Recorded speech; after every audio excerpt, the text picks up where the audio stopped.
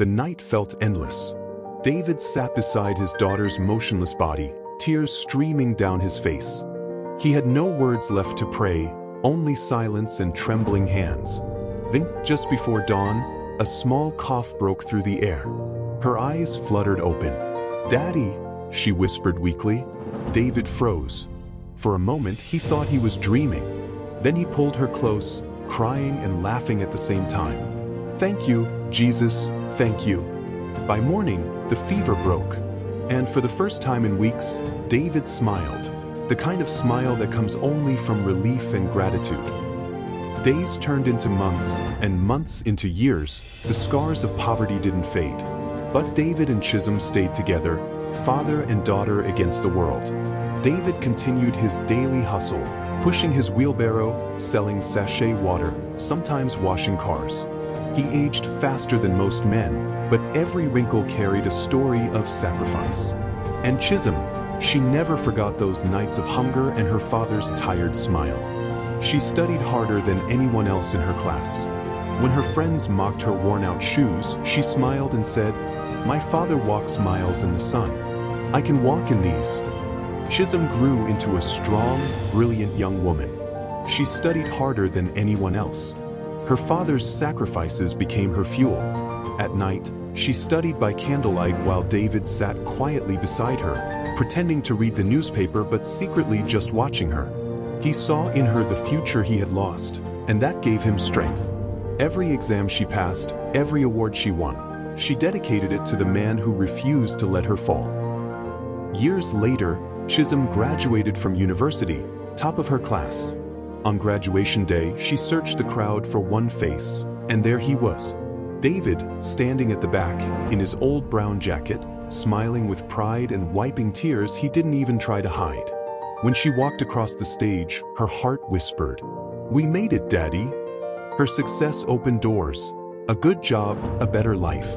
The first salary she ever received, she handed it to her father. "For every tears you shed for me," she said, "this is the beginning of my thank you." Then she did something more. She bought him a new house. Nothing fancy, just a small, white bungalow at the edge of town. But to David, it felt like a mansion. He stood in the doorway, holding the key with trembling hands. His voice broke as he said, This is more than a house, my sunshine. This is peace." They moved in together, father and daughter, finally resting from years of struggle. But fate had one last chapter to write. One quiet evening, there was a knock at their door. A woman stood there, older, thinner, and tired, her clothes faded from years of hardship. Her voice trembled as she said, "Please, I'm looking for David Okoro." Chisholm's smile faded. "That's my father," she said cautiously. "Who are you?" The woman's lips quivered. "I'm your mother." Chisholm froze. David stepped out from the living room, and the sight stopped his heart. Mark, the woman who left him in the fire of life, had returned, broken by the flames she ran toward. Her eyes were full of regret, her face marked by years of struggle. She fell to her knees, crying, "David, please. I was foolish. I thought I could find a better life. But life punished me. I lost everything. Please, forgive me." David stood there in silence, tears forming in his tired eyes. So many years of pain flashed before him. The nights he begged for mercy, the hunger, the tears, the fear of losing his daughter. But now, she was here. And his daughter, the same girl who once cried for her mother, now stood between them, grown and strong. Before he could speak, Chisholm's voice cut through the room, cold, steady, and filled with pain. "Who are you?" she asked. The woman looked up, shocked. "I'm your mother." "No," Chisholm interrupted. "My mother stayed. You left when we needed you most. You let him suffer, you let me suffer.